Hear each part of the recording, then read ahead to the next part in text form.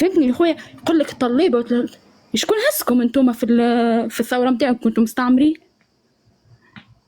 راهو الجزائري كي يجي لتونس راهو ما عندوش حق لوتيل، راهو تستضيفوا عائله تونسيه، راهو وقبل ما يروح بنهار يهبط لحبيب بورقيبه يبدا يحكي فين. انت ما عندكش فرنك في جيبك، ما تحشمش على روحك ولا تهبط واحده مره عزوزه صدقني الشيبو العيب زيريه سامحني في الكلمه لانه شيء والله انا هبطه معايا 300,000 ياسر غاليين، شعبكم جيعان يا اكثر من الجوع اللي عندكم، اكثر من الجوع اللي عندكم.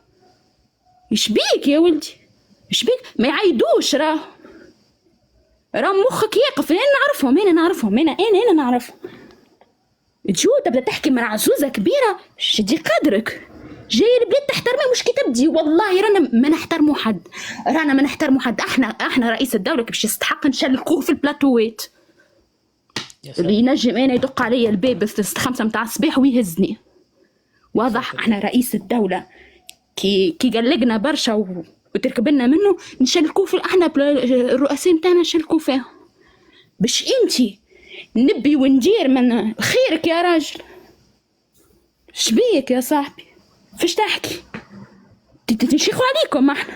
انا نقعد في قهوه مع اصحابي، انا قبل نمشي دراك نقعد في قهوه مع اصحابي كي نلقوا ليبي كيفاش يبدا يحكي شيخين عليكم احنا. اخي بالرسمي مركبها في مخك اللي احنا باش نغزروا لك ولا المراه التونسيه تغزر لك. فاش تحكي يا معلم؟ انت من وقتك اصلا انا ما ندخلكش ونقعدك بين صحابي كي تبدا تحكي. لحظه خيرك وش تبي؟ فاش تحكي يا اختي اصبري. هل لديك مشكله شخصيه انت؟ هل لديك مشكله شخصيه لا. انت مع الجزائريين؟ مش شخصيه يا اخي، مش شخصيه. احنا كيكه احنا في بعضنا دمنا حامي. انا ما صار لي حتى موقف راه، ولكن كي نبدا نحكي انا في نفسي ملي انا صغيره كي يضحكوا علي يقولوا باش تاخذي ليبي في راسك، نقول من الاخر فاهم فاش تحكي معناها. رانا مانيش مطيشين، راني اللي معاك تويك انا ماخذه الماستير هذا في دنيتي ودكتوراه مانيش مطيشين رانا. طيب يا انا راني عايشه في الخارج. طبعا يا اختي مانيش مطيشين رانا. على فكره انت فتحتي موضوع انا من زمان والله حشمتني. انا ما تجرأت افتحه، موضوع الاساءه للمراه التونسيه يا اخي خليني نحكي والله ما تجرأت نقطة ضعفهم هذيك. اسمعني انت ما هو راجل انت اهبط الحومه شعبيه واحكي ما يتلموش عليك. راهو يجيك واحد راهو في بالكم ما عندناش رجال، رانا عندنا رجال راهو عندنا رجال يا ولدي. نحي رجال يجيني انا راهو يجي يقولوا لي الكلام في وجهي، يجي يقولوا لي انت راجل، يجي يقولوا لي انا الكلام في وجهي، طيب شنو فيك التونسيه والتونسيه؟ شكرا ويا خويا بالله كلمه بركه وديجا باش ننسحب. كلمه بركه تجيني لا تنسحبي. وين تنسحبي انت فجرتي قنبله وتريدي تنسحبي. والله ما انت والله سامحني في درنا شكون هزكم؟ ياكم تسبوا انتوما وفي درنا شكون تلفت لكم؟ سامحني انتوما في درنا سامحني في العصار شكون تلفت لكم؟ انا كان جيت مسؤوله كان اخوه وانا اسمي عندي معاك مصلحه عندي باش تفيدني مرحبا بيك علاقات افاده ما فماش طير قرنك نمن كان بالتونسي. انا اخويا انا تونسي كهو لانه اخي جميعهم تعطي الظهر خويا جميعهم يقولوا فينا كلمه باهيه كلمه ما يقولوهاش. سامحني طيب. ليبيا باهي شكون اللي فك الحصار على ليبيا؟ شكون اول منتخب لعب في ليبيا؟ خليني نقول لك حاجه يا اختي يا بنتي. ثاني مباراه يا اخي بالله خليني نكمل راهو بالرسمي بس كفايه صافي والله بركه والله بركه بس والله يا اخي هذه بركه. ثاني مباراه خويا والله ثاني مباراه يا اختي. بس المباراه خلي المباراه على جنب. انت الان ستتلقين رسائل في الخاص يسبوك الى سابع جد. الله يعينك على الرسائل التي ستصلك في الخاص. اذا سبوكي في الخاص انا اسف. وهذا الموضوع انا ما عامله يا ولدي يسبوا في الخاص سيسبوكي في الخاص. راهو والله لو والله صدقني يا اخي شغلتني يا تونس يا اخي لما يجي دورك خذ الفرصه. صدقني اشترهم مخنثين يلقوا تيك توك يحكوا فيه باش ينحوا النقص. اما باش يجيك راهو ديجا هو كله على بعضه ما يجيش في فاره نتاع ساق كان اذا تفهمها ما يجيش في دور السوق. شكرا لك سد المايك بلع المايك اذا سمحتي. ربي يخليك السلام. بلعي المايك وابقي، لا تروحي. بلعي. يعني مش المغرب فقط أهداف أعراض المغاربة يعني مستهدفة من الجزائريين، حتى التوانسة. أنا أعلم بهذا الكلام الذي قالته والله، لكن ما تجرأت لأنه موضوع الأعراض هذا أنا أتحسس منه. الأخ ملاهي ليلية، مدري إيش اسمك يا أخي، تفضل. السلام عليكم. عليكم السلام ورحمة الله. يا الأخ، عندي رد على هذه ماي اللي كانت تحكي. هي حكيت وقالت واحد رد النقطة لكن هي. بهدوء يا أخي، رد عليها بهدوء، يبدو أنها لا لا مجروحة لا تخاف، مسكين. بهدوء. هي حكات وقالت واحد النقطة في وسط الموضوع، قالت هذه التونسية ما تمثل التونسيين. إيه ولا لا؟ وأيوة طبعا هي لا تمثلهم، يتمثل نفسها. مام هذا الجزائري اللي هضر ما يمثل 45 مليون جزائري وما يمثل هذو الليبيين. يا أخي هنا كل واحد يمثل نفسه، هنا كل واحد يمثل نفسه، أنا هذه رديت معروف. عليه صح. هذا الرد الأول. الرد الثاني رد على السي ولد العاصمة هذا، قال لك تبونيين وما تبونين ومانيش عارف. احنا عندنا التبونيين هما اللي يهضروا المروك المباشر، وما كاش كفاءات في المملكة اللي يردوا. يجي أسعد الشرعي وولد العاصمة هما اللي يديروا لايف ويردوا الشعب تاعهم نيابة على الدولة تاعهم على المملكة. فهمت يا أخي أسعد الشرعي؟ القنوات تاعهم مطرد، ثم يكونوا عندهم رجال. احنا تبون والشنقريح على يهضر عليهم، يهضروا لهم على المباشر وفي القنوات العمومية، على بالو بهم الخاص والعام. لما يتكلم الجزائري تبدا عينيك يدوروا. اسعد الشرعي تبدا تستغفر. حاول افهم، حاول اجمع. كيف تجمع؟ كيف ما فهمت عليا؟ ما فهمتش كنت نقول. لا افهم عليك، بس سبحان الله يا اخي. يلا كمل. خليني نكمل لك. كمل. كي ما لقيتوش الحل كيفاش تلحقوا باش تفرقوا ما بين التونسي والجزائري والليبي. بديتوا تجبدوا في واحد المواضيع ما فيهاش، ما هي مفهومه خلاص. ليش التوانسه تخافوا من الجزائريين؟ ليش تبوني يخاف من قيس سعيد؟ كلام هذا ما شوف النيفو تاعكم راه يهبط كل يوم، يزيد يهبط. انا راني حاب نفهم هذو 5 سنوات اللي راهم جايين تاع عمي تبون واش راح يكملهم لك اسعد الشهر؟ خلاص عينيك راهم قريب يخرجوا. واش راح يكمل لك 5 سنوات هذو تاع عمي تبون اللي راهم جايين؟ ما فهمتش. تبقى دير في اللايف هكذا على عمي تبون وشنقريحه وقيس السعيد؟ اعطيني الجواب، فهمني كيفاك، ولا خلاص تعتزل؟ اصلا انت ما بقى لك، راك في العهد التنازلي. السلام عليكم. وعليكم السلام ورحمة الله. طيب لحظة يا أخي، لو سمحتوا لحظة. يعني هو يستغرب لماذا الدولة المغربية لا تدخل في الصراع. أسألك بالله، أنت منتظر من الملك محمد السادس يرد على تبون؟ هذا تبون قدره ولد العاصمة. تبون تعرف هذا ولد العاصمة يحارب الدولة الجزائرية كاملة، أما الدولة المغربية عادي على جنب هناك، ما قد دخلت في الموضوع، ما قد دخلت. شوف هذا اللي عندك ولد العاصمة، تبون يسمع كلامه وخلاه يصلي صلاة العيد. خلينا تبون يصلي صلاة العيد وعمره ما صلى عيد. الدولة المغربية وين هي تتعامل معكم كمجانين أصلا، لذلك لا تدخل في الموضوع. ولد العاصمة سيعلق عندما يأتي دور. تونس، قرطاج، تفضل. أخيرا أنا الحقيقة الحوار مع الأخت التونسية فهمت مشاعرها، لكن ما فهمتش شنو حبت تقول.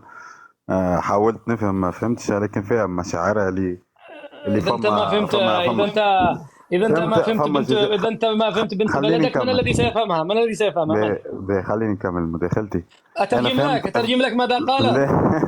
أنا وش أقول لك شنو فهمت اللي قالت في أنا أترجم لك، تقول لك الجزائريين ينتهكون أعراض التونسية. هذا اللي فهمته، هذا باش نجاوب عليه. يقول لك الجزائريين يسبوا في الميكرو تروتوار، يسبوا في التوانسه ويحكيوا على العرض ودرا شنو والحكايات هذوم.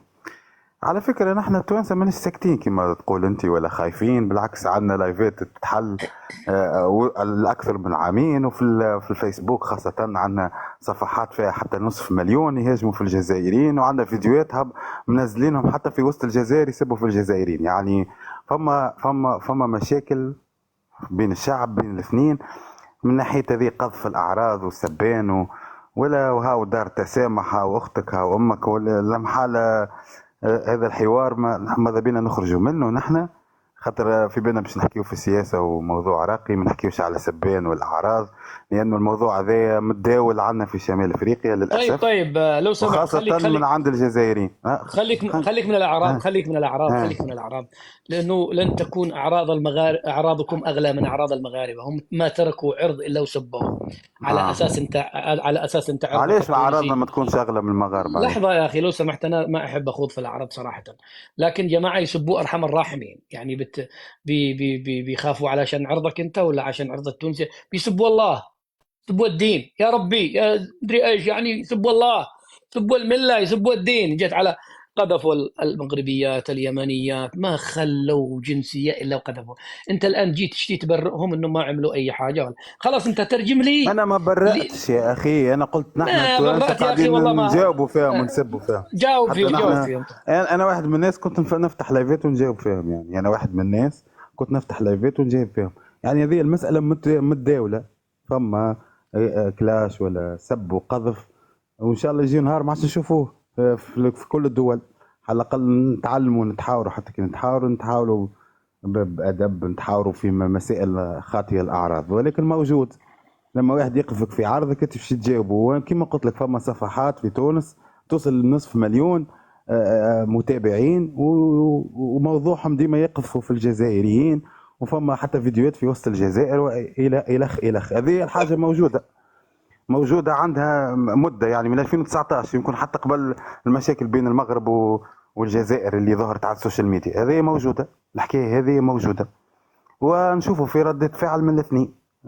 ممكن انتم تشوفوا في طرف بركه، ما نحن فما توانسه راهم يحلوا في لايفات وعندهم صفحات ويشتموا في الجزائريين، والجزائريين لا تشتموش، لا تشتموش، الشتم يعني لما الانسان يعني طيب انت اخي لو سمحت، لانه انت عندك المشاكل في الاتصال. شوف، مساله السب للاسف مع احترامي للجزائريين الموجودين معي في القسط، الشعب الجزائري سباب لعان، وعاد واحد بعضهم يسب لما وفي الاخير يقول انا جدي شهيد. هذا الذي قهرني على الشهداء، انه خلفوه من هذا النوعيه للاسف الشديد. لكن انا اناقش اليوم موضوع الغرور الجزائري، مساله الاستعلاء والاستكبار على الانسان التونسي. انت يروك درجه ثانيه انت كتونسي، ليش؟ منين جاء؟ هل هذا من الثقافه ولا من التعبئه ولا من المدرسه ولا منين؟ انا نراها انه هذه المساله مش الشعب الجزائري خاضع للبروباغندا. نحن عندنا اقوى ثوره صارت في التاريخ، اقوى ثوره، ونحن الاقوى ونحن الاشطر ونحن الافضل. يا اسعد خليني نكمل يا اسعد بالله عليك خليني نكمل. عارف نحن اقوى ثوره في التاريخ، ولولا الجزائر لما تحررت المغرب وتونس معناتها بالعكس، والكوكب. ونحن شواكر الافريق، نحن اقوى ما انتجت البشريه. أيوة. وفما حتى في الاعلام نتاعهم يقول لك نحن، انا ارفض كلمه قاره، نحن كوكب واصبحنا كوكب، الجزائر قوه ضاربه. وهذا خطاب راهو بتسبب فيه الاعلام الجزائري ولا البروباغندا الجزائريه، مش. وطبعا الشعب متاثر بالبطولات الوهميه. يعني انت تعترف بهذا المرض، يعني موجود فيهم فعلا على الجميع، مش علينا نحن، على الجميع. هم قوه ضاربه على الجميع. ايوه، لكن كل الناس اعادوهم الى احجامهم، كالمغاربه ادبوهم، اليمنيين ادبوهم، باقي انتوا التوانسه. انت ماكش متابع. فما صفحات في الفيسبوك وفي عديد المواقع تهاجم وترد على السب والشتم والاقوال هذه. مثلا مساله التحرير وثوره التحرير كيفاش بدات، وكيف مساهمه تونس في هذا، وغيره من الاشياء اللي قاعده تتقال. مثلا نجم نذكر نحكيو على الثوره الجزائريه، نجم نحكيك على التفاصيل نتاعها. الثوره الجزائريه، نحن الثوره انطلقت عندنا في 49، كيفاش حرونا معناتها. هل من المعقول انت ثوره تنطلق عندك في 89 والكفاح المسلح في 52 وتحرك الجزائر، وهما خذوا الاستقلال بتاعهم في 62؟ هذا مثال مثلا من الامثله الأقوال الغبيه اللي تتقال. ولا نحن ثاني ثوره بعد دخلناش في الثوره، لا دخلناش في الثوره يا تونس قرطاج. انت خليني في الظاهره هذه، ظاهره الاستعلاء والاستكبار على عباد الله. من لا شيء، من لا شيء، ما عندهم والو الا كما انا قلت قلت لك تعبئه. السبب هي البروباغندا. مثلا انا باش يقول لك الجزائر الوحيده اللي عندها التعليم مجاني والصحه مجانيه مثلا، من الاقوال اللي كل شيء باطل. يقول لك نحن عندنا كل شيء باطل معناتها هذا الكلام البروباغندا. ايوه، اكمل هذا الكلام غير صحيح. مثلا تمشي في ليبيا ولا في تونس ولا في المغرب تلقى التعليم مجاني والصحه مجانيه، حتى في بلدان افريقيه. ما فما اقوال من الدوله وهي غالطه يقول فيها النظام الجزائري والبروباغندا الاعلاميه خلت بعض الجزائريين يعتقدوا انهم عايشين في كوكب لا وحدهم، انه مع الاشياء اللي عندهم اللي مش موجوده في دول اخرى، ولا الشجاعه، هم شعب شجاع ونحن لا. بينما كي نرجعوا للتاريخ وتشوف شكون اللي حارب اكثر، تونس ولا الجزائر ولا المغرب ولا الجزائر، ما تاريخهم لا يذكر قدام. يعني نجم نسمي لهم شخصيه بركه حاربت اكثر من تاريخ الجزائر كل. فهذه البروباغندا اللي تروج فيها الاعلام نتاعهم يروج فيها نحن لغه نحن وهما في اخر سؤال لك، كيف سمعه الجزائريين داخل تونس؟ كيف سمعتهم؟ والله سمعتهم غير جيده الحقيقه. سمعتهم مش جيده للامانه. الجزائر خاطر في الفتره الاخيره حتى هم الجزائريين يقولوا راهو التعامل تغير، وهذا السبب نتاعو راهو السوشيال ميديا اللي هي ولات في تونس تهاجم فيهم وتهاجم في شعبهم وتهاجم حتى في الحكومه نتاعهم. النظام العسكري يقولوا نظام عسكري، ما عندهمش حتى حريه التعبير وغيره. كالهجوم من ناحيه ايديولوجيه زاده، فما هجوم عليهم بسبب الصراعات هذوما اللي ظهرت بانت في مقابله كره قدم مثلا، ولا بانت من بعد ذلك. وعلى فكره يعني ما فماش حتى توا نشوف. لحظه يا اخي، اخر سؤال لك. يعني سمعتهم سيئه من ناحيه، من اي ناحيه؟ اخلاقيا مثلا، او في التعامل مثلا؟ يقولوا في التعامل. مثلا يوريوا فيديوهات على سرقه، على فيديوهات ميكرو تروتوار كيفاش يتكلموا على الشعوب ولا الشعب التونسي ولا الشعوب الاخرى. فسمعتهم ولات سيئه عنا في تونس، والتعامل بدا يتغير معاهم بسبب بعض التفهاء اللي كل ما ياخذ ميكرو ولا يتكلم ما تسمع منه كان الاقوال الشنيعه والشانعه. الله يعينكم. شكرا لك يا تونس، شكرا لك. الاخ نوار. السلام على من تبع الهدى. سي الأسعد، فما 3 نقاط باش نحكي فيهم معاك. أول حاجة رد على وقت اللي قلت أنت يا أخي وينهم الرجال. لحظة يا أخي، لحظة. السلام على من؟ تبع الهدى. هذا تقال في وجود كفار مثلا، لكن كلنا مسلمين. والحمد لله، وهذا من فضل الله. أنت تعرف معناها؟ بعرف معناها، وهذا من فضل الله. والله أنت لا تعلم معناها. لا والله بعلم معناها. نتجاوز. والله لا تعلم، أنا متأكد. لا ما تتجاوز. السلام عليكم ورحمة الله وبركاته. السلام عليكم ورحمة الله وبركاته، والسلام على من اتبع الهدى. لا، السلام عليكم ورحمة الله وبركاته لوحدها. ليش؟ 4000 مسلمين. احنا مسلمين. 4200. هذه تحية. اسمعني، لا تطول. تسلم على الناس مثل خلق الله ولا نزل. 4200 كلنا مسلمين. أخي تسلم على الناس مثل ما الناس يسلموا على الناس، أو تنزل. مع السلامة. السلام عليكم. وعليكم السلام ورحمة الله. تفضل. 3 نقاط أريد الحديث فيها. تفضل. أول نقطة، لما قلت تونس ما فيهاش رجال، أنا عندي مسؤولية على عائلتي، على أمي، على أختي، على أخواتي. ما يهمني بنات الليل. بنت الليل تحب تعطي شرفها، تعطي أمورها، حاجة ما تخصنيش. أنا عندي مسؤولية كان على عائلتي. النقطة الثانية، الحوار في الموضوع متاع انه تزيري يشوف في روحه اعلى من التونسي. الكلنا عرب وكلنا اخوة. عمره ما كان تزيري يتعالى على تونسي، وعمره ما كان تونسي يتعالى على تزيري. يجي تزيري في الميكرو تروتوار كما كانوا يحكوا الاخوة، يقول انا جيت لتونس لهنا وجيت وعملت مع البنية ذيك وعملت.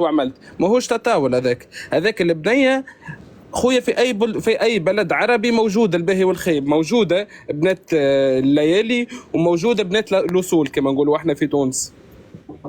ايوه، لكن يا اخي نوار، هو عندما يتكلم، يا اخي سد المايك يا تشيخوف.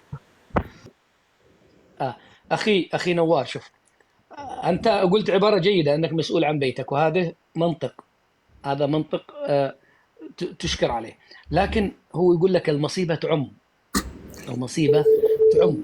يعني عندما يأتي الجزائري ويقول التونسية أنا فعلت في تونسية كذا كذا، خلاص الذي بيسمعه الكلام تونسية، ما بيميز هل هي بنت ليل ولا بنت نهار ولا بنت ظهر ولا بنت عصر. شكون باش يسمعوا اخينا مثلا ليبي ولا اخينا جزيري؟ حتى في الجزائر فما بنت الليل، في ليبيا فما بنت الليل، في المغرب فما بنت، في كل مكان.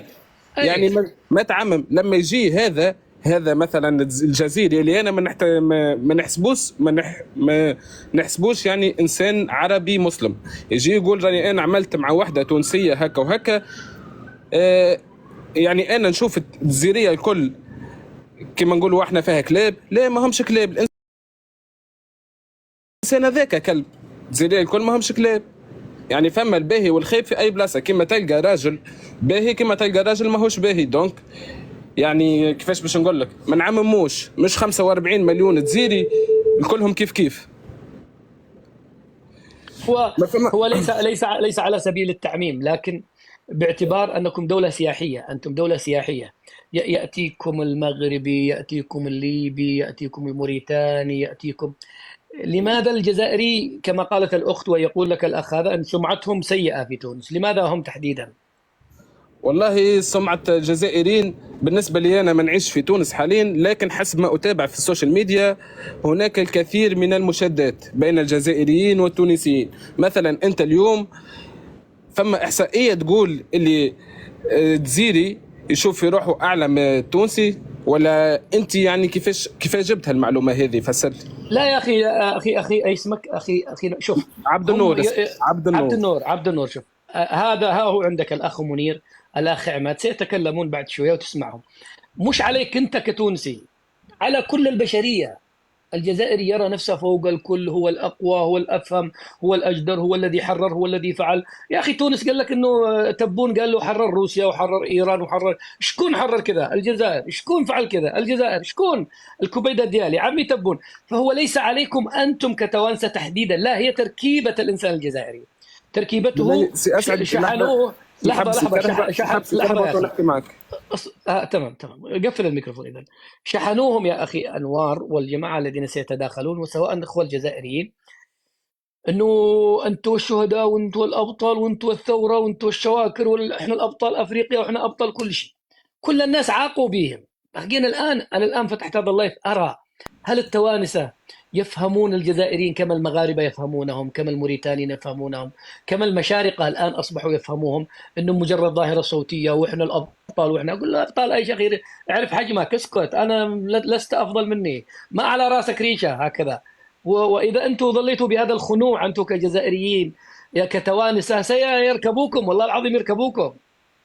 والله سي أسعد، أنا نتبع فيك، عندي بريود خويا. بالنسبة لي أنا شخصيتي أنا يعني والاكسبيريونس متاعي في الحياة ما ريتش حتى مرة عيب من زيري. أنا كإنسان عمره ما جاء زيري سبني يحكي يخرج في الميكرو تريتوار يحكي على بنات الليل وكذا، ما يخصني هذا شيء، ما يخصني. هذيك اختارت حياتها، اختارت طريقها انها تكون فتاة ليل. هذه الحاجة يعني اللي أنا نشهد بها، فهمت؟ النقطة الثالثة سي أسعد نحب نقول لك خويا نتبع فيك عندي برشا. معظم حواراتك سياسية، تجي اليوم تخلق لنا حوار إنه إنسان زيري يشوف في روحه مستعلي على إنسان تونسي، على مواطن تونسي، راهو حاجة لزرع الفتنة. يعني حوار كما هكا يزرع الفتنة. نورمالمون نحكيو على قضية فلسطينية، أكثر من 60,000 غزاوي توفى في طوفان الأقصى. نورمالمون نحكيو على الدول المطبعة مع المغرب. نورمالمون نحكيو على السياسة، اقتصاد تاع بلاد تاع تونس تاع الجزائر. جيت تحكي لي أنت في حوار موضوع إنه مواطن جزيري يشوف في روحه مستعلي على مواطن تونسي ولا مواطن مغربي. هذه راهو حوار لزرع الفتنة.